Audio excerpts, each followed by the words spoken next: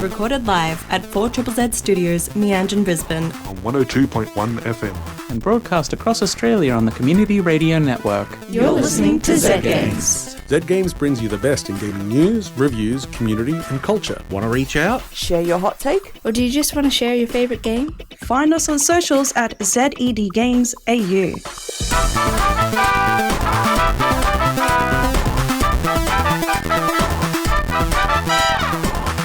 Hey, hey, hey.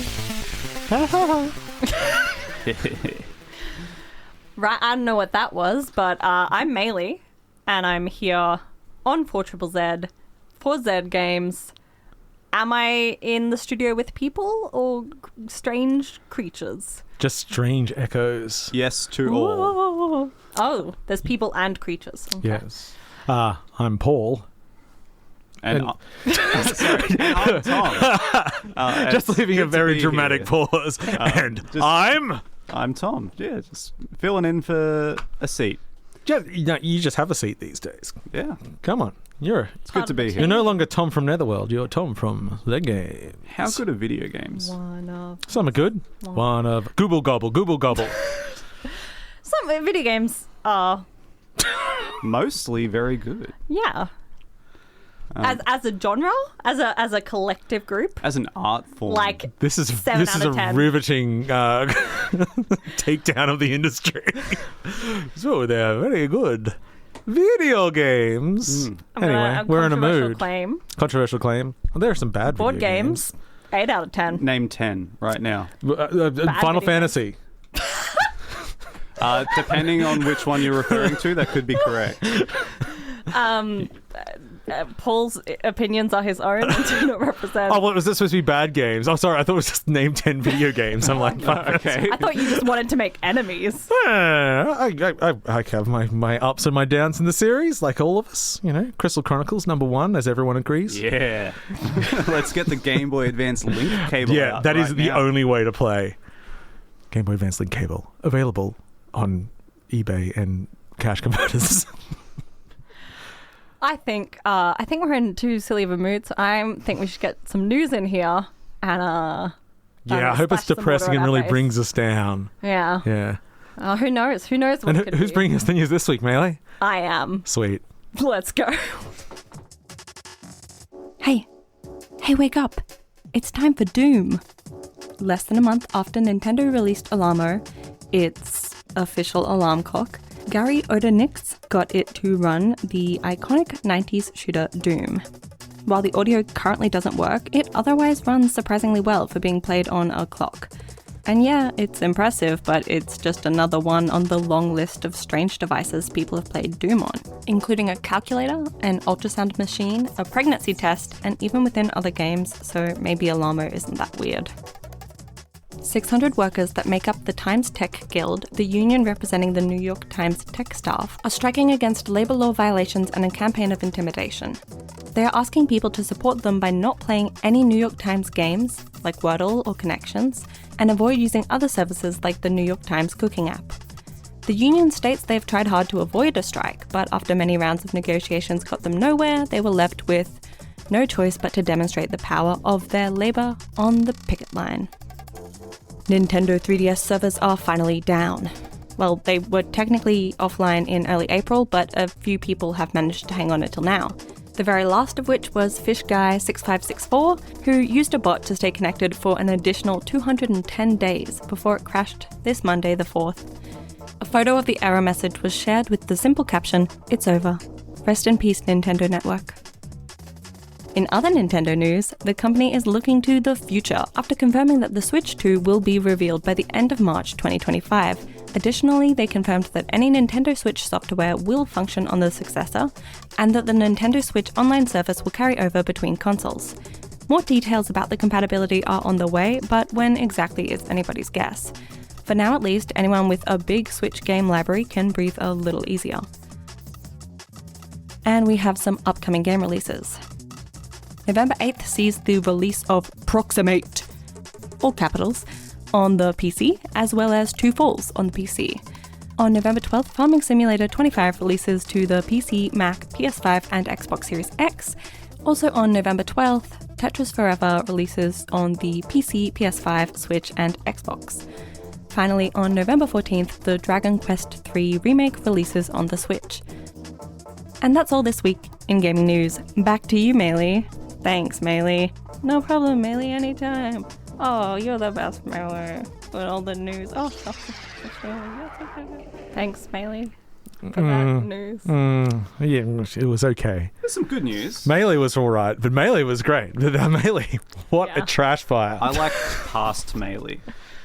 But anyway, Ouch. Ouch. A lot of hostility in the studio tonight, guys. Yeah. But yeah, so Nintendo Switch Online, sticking around. Yeah. Yeah, that's around. It upped their stock price, which we all care about because... Yeah, money. Money. What the real joy of video games? What sells and what doesn't? What's profitable? They did release some sales numbers. I didn't include it, but Well, of the current Switch. Of the recent. Do you want to games. guess what was number one? Yeah, take a guess. What number one game? Yeah, sold. Sales Mario Kart 8. Yeah, again, Mario Because Kart it's 8. still like I bet if we go and check all of the game sales around the world, it'll still be in the top 10 of most countries. Yeah, because it never leaves. I believe number 2 was Animal Crossing though, which surprised me. Yeah. Pandemic, Animal Crossing, it was huge. But yeah. But still.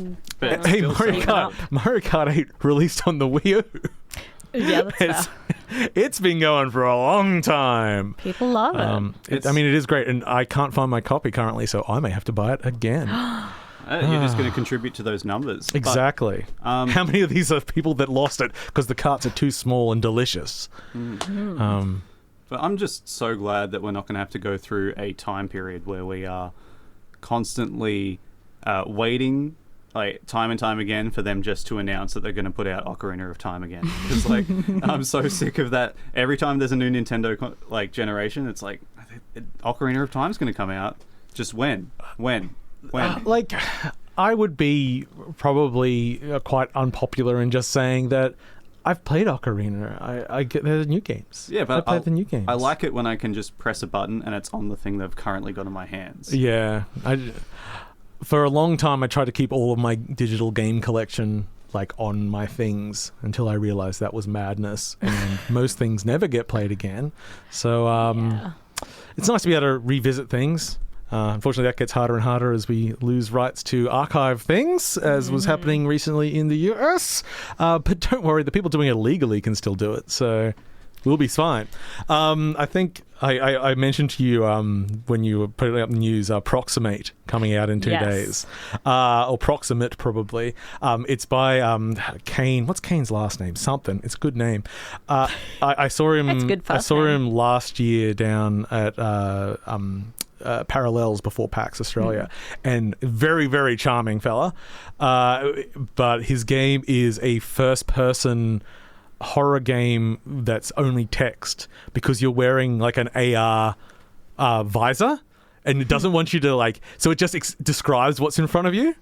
So it's like, oh look, don't worry, there's nothing in here, there's just a leg, and we'll just call it lasagna on the ground. So yeah, it's very funny, very unique, and yeah, comes out in a day. So I'm kind of hyped for that. I didn't know it was getting because last I saw it was just sort of a demo on itch.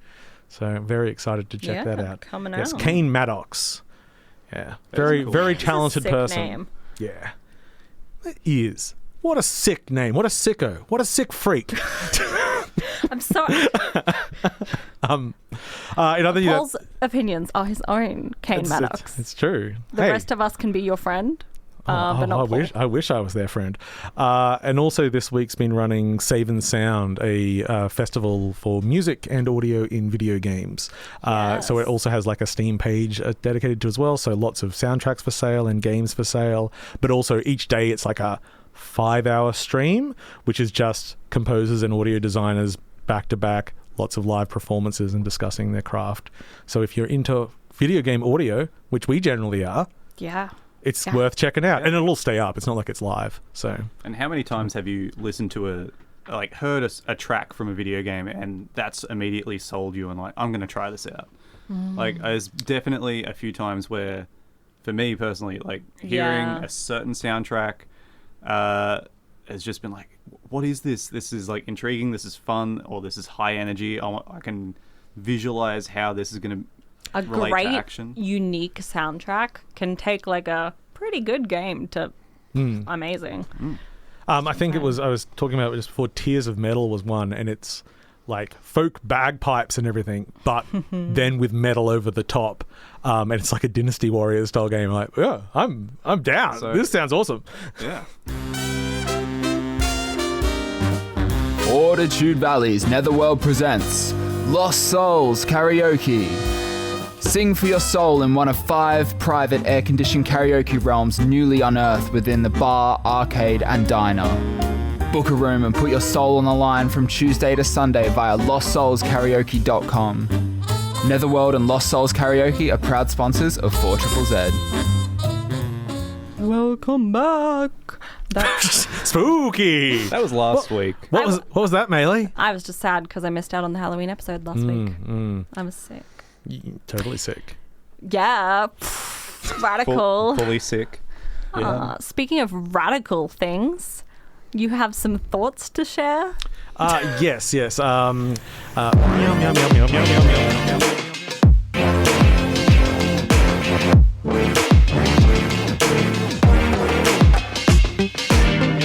meow, meow, meow, meow, meow, meow, meow. But probably some other thoughts. All this week from ZedGames here on 4ZZZ. Oh, good. We are going to do a review of sorts. Yes, I am here to talk to you about the game Indica. It's everyone's favorite genre, the power fantasy of being a nun. That's right. Get ready for religion, politics, the patriarchy, sexual politics. Oh, coming right at you. I'm excited. This is by developer Oddmeter. And Indica, I'm catching up on the games I missed out on earlier in the year. When I first saw this, I thought, I don't know if I've got the time to dedicate to like some hardcore nun RPG. Not what I then got into. So yes, you play the titular Indica, and you are a nun in a alternative history Russia, and you have been put in a nunnery, and this game won me over immediately because the first thing that comes up is a score. You've got like 390,000 out of the next one, and then you you get a few points and you level up. And like, I'm going to put my experience points into. Should I put it into guilt or maybe some humility? I can get a 0.1% bonus if I put it into being humble. So you weren't actually kidding when you said nun RPG? No, you're a nun. Yeah, no, I get that. It is not an RPG though. It is not an RPG. Indica is more. It's a lot of people have likened it to like an A24 horror film. That's the vibe I got from the trailer. Yeah, I'm looking at the Steam page, and it's a surreal puzzle, third-person horror, story-rich adventure. So it is a very linear narrative game. Lots of walking simulator, walk and talk in it. So you're like, well, why isn't it an A24 film? Or why is it a game? Well, it actually uses the gameplay and being a game as core thematics to the story it's telling. That point thing that I'm talking about comes up in lots of things. One of the things the game constantly tells you is that the points don't matter, but being gamers, you're going to go for the we're going to go get those points. We're going to get them points anyway. And without going too far into that thought, that is a very strong core that goes through this. So yes, Indica is disliked in the nunnery. She is basically, they hate her. For reasons you'll kind of find out. And they kick her out without her knowledge. They just sort of like, okay, go do this mission, get out of here. And on that mission, she meets a man who is an escaped prisoner who has a rotting arm. And he should be dead, but he believes he is not because he's on a mission from God. And you two join up and you go on your adventure together.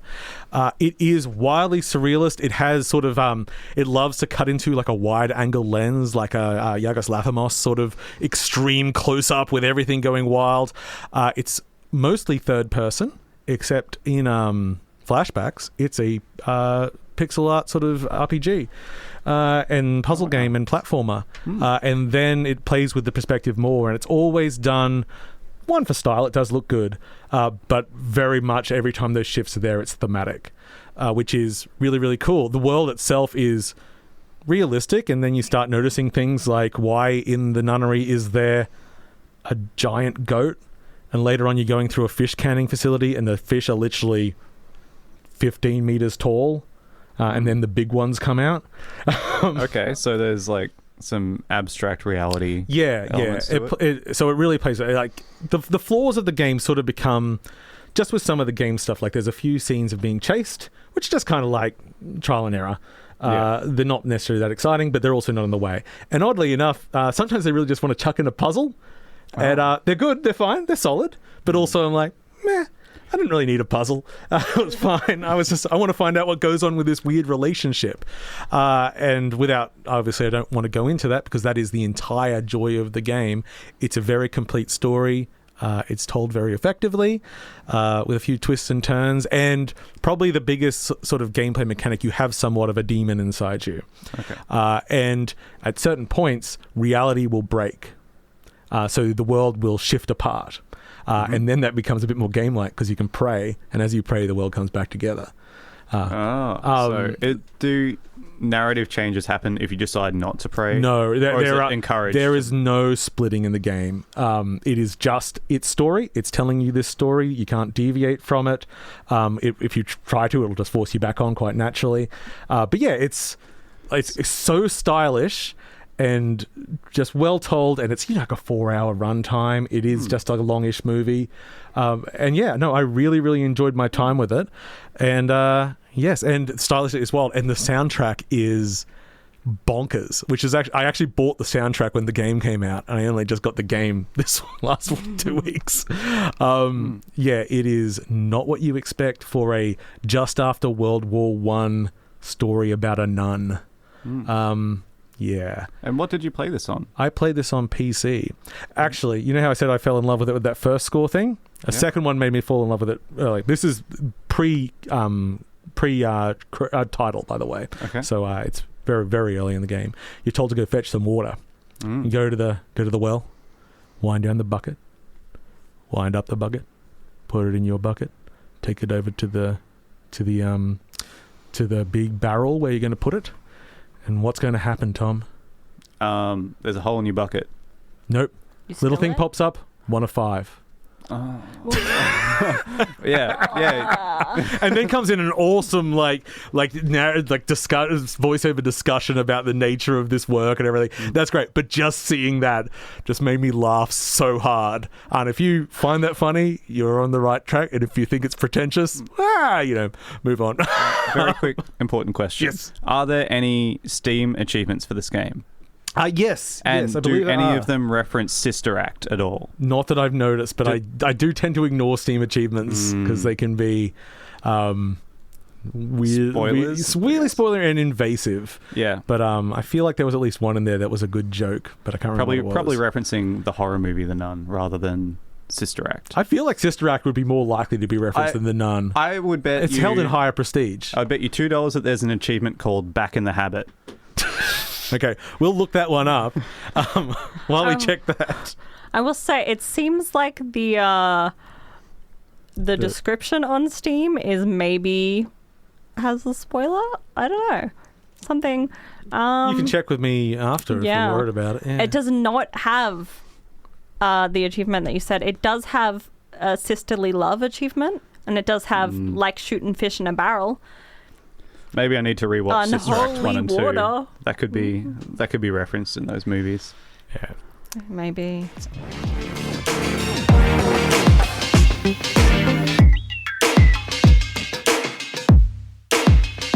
Delightful little nun adventure. Yeah. Yes. I think I might check this out. This sounds like a fun time. Or interesting time. Yeah. Well, that's the thing. It's very, the whole story very serious, but I laughed a lot too, because it is right. As long as if you are somewhat sensitive to things critical of religion, maybe steer clear. Otherwise, it's a good yarn. You're listening to ZedGames at 4ZZZ. You're listening to ZedGames on 4ZZZ. Oi mate, you're listening to ZedGames at 4ZZZ. You're listening to ZedGames at 4ZZZ. You're listening to ZedGames at 4ZZZ. You're listening to ZedGames at 4ZZZ. You're listening to ZedGames at 4ZZZ. You're listening to ZedGames at 4ZZZ. You're listening to ZedGames at 4ZZZ. Got a bit carried away. Welcome back to ZedGames. It's good to be back.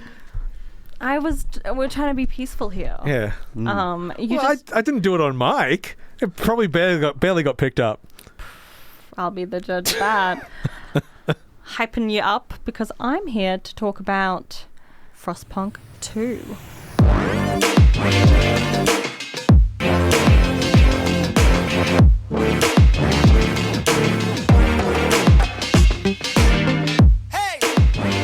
Frostpunk Duo. Dos? Tres. No, not yet. I can't think of any more ways to say two. Aye. What a great game to review. That's what heading into summer. A nice cold, refreshing game. Gosh. Maybe that's what I'll do in summer. I'll put on my aircon and ignore the 40-degree day and just play Frostpunk 2. Not Frostpunk 1? Well, maybe a bit of both, because they have quite different things to offer, but let's get into it. So the original Frostpunk is one of my favorite games. I have quite a lot of hours in it, and I love it. I've played through it several times. So when I found out it was getting a sequel, I was on board. Hell yeah. And the developers, 11-Bit Studios, they also were the publishers of Indica. Oh, yeah. It's their night. Yeah. Let's get some more 11-bit. I'll quickly play something else while you do this. They got some good games. 11-bit on 7-Eleven. There you go. It's all coming together. They were pretty clear from the start and open with everyone that they weren't going to make a copy of Frostpunk. They wanted to make a game that expanded upon the world and did new, daring things. And I'm like, yeah, what's not to love? They're going to explore the world more. And surely it can't be that different, right? Well, no. I think they did pull it off in a way that I got to take my hat off to them for that. They did make a different game.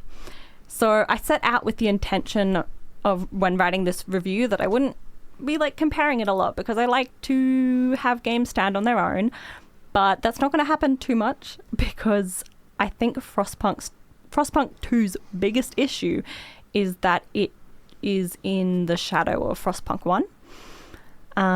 So it takes place 30 years after the original and is bigger in almost every way. The resilient new London settlement that you founded in the original game has grown into a thriving metropolis, and you, the steward, are responsible for guiding its tens of thousands of citizens. Okay, so much bigger scale then.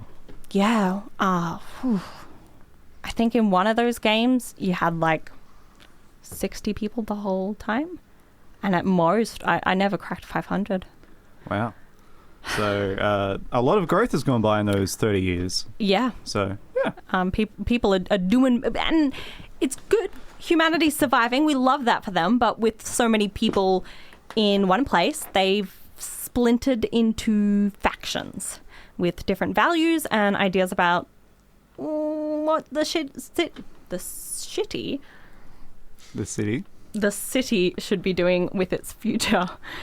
In the council hall, representatives of these factions vote on every law that you want to enact in the city. So you can't just declare this is what's going to happen. You have to win over people, because you need a majority to pass. You can win their votes with promises and privileges, but the more you favor one faction, the more discontent grows within the others. And eventually that can reach a boiling point. It might seem easy at first to cater to everyone and strive for a balance, but you'll end up with a stagnant city, making no progress and no friends to rely on when things go bad. You need to choose the allies so that you have someone to get your back, but you need to choose wisely because there are some loonies. Look, let's cut to the chase. What can we do to children in this game? Can we banish them to work in the furnace? Yeah. Well, yes. So it's a nicer city. Okay. Well, obviously, because you're not fighting for survival at this point. It's more about the politics of. So you're saying there's less exploitation of children in the sequel? No. Thank gosh. I think we want to keep our soul more, here. Oh, good. Because again, we're talking about tens of thousands of people. So a lot. I just mean more the quality children. of the abuse, not the. Well, no. You can still send the children to the mines. Thank gosh. This is the fantasy I'm there for. You're a lot more separated from that grueling reality. Like the political management thing is the biggest difference to the original game, and it is the centerpiece of this game. They did it really well. It works really well, and I enjoyed it. But that's not all the game is about. It's a survival city builder game. So where's the survival? Where's the city building? Where is the survival? You're doing some real good hand acting at the moment. Yeah, you guys are missing out on my hands. Yeah, sort of quite frustrated. You can't quite get it out. I need to just do it with hands. Well, I mean, surely a city would have a completely different set of threats to it than like a tiny settlement of people, right? Yeah, well, yes. It does have more things that you need to manage, but I mean, the biggest two things that you need are the same. It's heat and food. And you just need them on far bigger levels. You also need the resources to expand the city because you're constantly growing, and you need the resources to upkeep, and people want like goods to buy. And if you aren't producing enough goods, there will be crime. You have to deal with crime rates in this game. There's so much. 11-bit studios put so much into this game, and they had so many ideas. And I love that, but I think it was too much because there was quite a lot of points where I was just lost. For example, you can't worry about individual buildings and individual people anymore. You're building districts. Like, this is a construction district, this is a housing district, this is a extraction district, and you're managing workforces of hundreds or thousands. This makes sense for a city that's a lot older and a lot bigger. Like, I can see why they did it, but it removed the simple core concept of the original Frostpunk, where it's like, I'm very clear on what my goal is. Yeah. And a more, like, the more people and a continuous population growth, because you often had refugees, and you also had to manage birth rates. So you could put in laws to get more birth rates or to get less. You could mandatory marriages. That's the best way. You just pair people up, say have babies. Yeah. That's a hard one to convince them to vote for, but yeah, I wonder why. So in the first game, every time someone got sick, Tom Maylee, go. Every time someone got sick or died, there was a direct impact. But in this game, people got sick by the hundreds, and I had so much going on that I didn't really pay attention. They either got healed up in the background or they died. And if they died, oh well, we'll get the population back within a few months. Like in the first game, 5 deaths was devastating. And in this game, all I got was pop-ups of 500 people have died in the mines. That further step removal is kind of devastating and meaningful in its own as well. It's like 5 deaths is meaningful, 1,000 deaths is a statistic. Well, yeah, it's nice when you look at it like that, but it felt like, yes, but it removed the... Frostpunk likes to center these moral choices in its game, and it really removed any care. I mean, when it's, that sort of size, I don't know, maybe you can't get attached to the individuals as much as you can. I guess, but I wanted to. Well, I wanted to see the faces of the orphans that I sent into the mines. It would be nice if it's like you've got this macro view and it's like, but allow you to go into a microview. And you're like, oh no, you can still click on Timmy. You can see Timmy's hopes and dreams. Oh, he's got gangrene. Watch out. Yep. So Timmy's gone, Maylee. Yeah, it's all because you want to be able to mines. find. That's what Frostpunk 1 gave me. I loved that. The guilt. Well, it's what fuels you. Yeah. I mean, Frostpunk 1's still around. It's not like it's gone. No, that's true. And I will replay it at some point. But this game has a lot of good things. It just has maybe too much. Maybe too much and too broad of a scale, because you're managing the people and the resources and disease and pollution, and then there's the political stuff going on and the technology. So much. But and there's the whole cooking thing they've got in there. There's so no cooking all the recipe components you're you've got to pick up on. Spreading lies. Why would you do that? Why would you so spread many lies? games just add cooking these days. I like cooking. That would have been a point in its favor. But while the mechanics leave some things to be desired, while the gameplay, it does do an amazing job of capturing and improving upon the vibes. The Frostpunk vibes. The visuals are similar, but much grander. The city has a lot of depth to it, like it's layered, and the resources the buildings are made of look more futuristic, not modern, but futuristic. And there's grime on things to show that these buildings have been around for a long time. And the paths through the cities are these winding light tracks. It's really cool to look at. I think they did a great job there. The soundtrack also captures the tense, unforgiving, but kind of hopeful world that New London is. It's a good vibe. I like it. No notes really there. Vibes on point. Yeah, vibes on point. Game too many. So while Your game has too many elements, please remove 3. Yeah. While there are genuine flaws with this game, a lot of my issues came, and a lot of other people's issues that I've seen online, came down to that it wasn't the first game, because people love the first game. So I do think that if you haven't played the first Frostpunk, you probably would enjoy this game more than people who have. But I did play both, and I enjoyed both. And I actually I kind of am happy they did it this way, even though it's not what I wanted. I'm impressed that they took a risk and did something different. And they could have churned out a copy of the first game with some different scenarios, and I would have bought it and enjoyed it, but I like this. It's unique. Yeah. Hell yeah. It sounds like instead of just giving you more Frostpunk, they gave you more of Frostpunk. Yeah. They took a chance. They had their chance and they took it. They didn't do it in half measures. I respect it.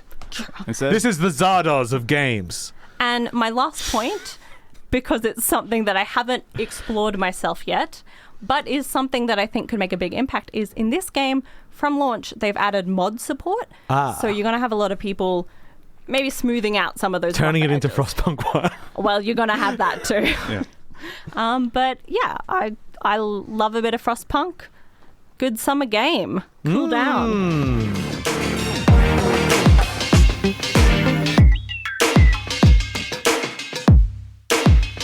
Send some children to the mines. Yes. Yeah. I mean, this summer, send some children to the mines. You can also mandate classes, classes of people. Oh, like a caste system. I thought it was like you could say you were doing maths and then we're doing nationalism or something like that. Get to study, but they can only study what their parents studied. Oh. It's a beautiful society. It's logical. Purely logical. Yeah, definitely. I'm Maylee. I'm Paul. I'm Tom. And we are very low on time because I talked about Frostpunk for a long time. I wanted to shout out to Mac Prentice. I got your song request, but I was talking about Frostpunk and I ran out of time. Plus, I'm so sorry. Maylee did a crime earlier. What crime did I do? We were talking about the weird music from Indica, and for some reason chose the most atmospheric, low-key song in the entire thing. It's good. Thought it was kind of a vibe. I liked the vibe. Okay? If you imagine filling a bucket to that song, it's pretty good. That'd be very good, yeah. Okay, well, we're going to go now, but There's I a will hole leave you in my with... bucket delight. See ya. Thanks for listening to ZedGames. If you'd like to listen to more, you can find us on the Community Radio Plus app Or find us on socials at ZedGames AU. See you next time.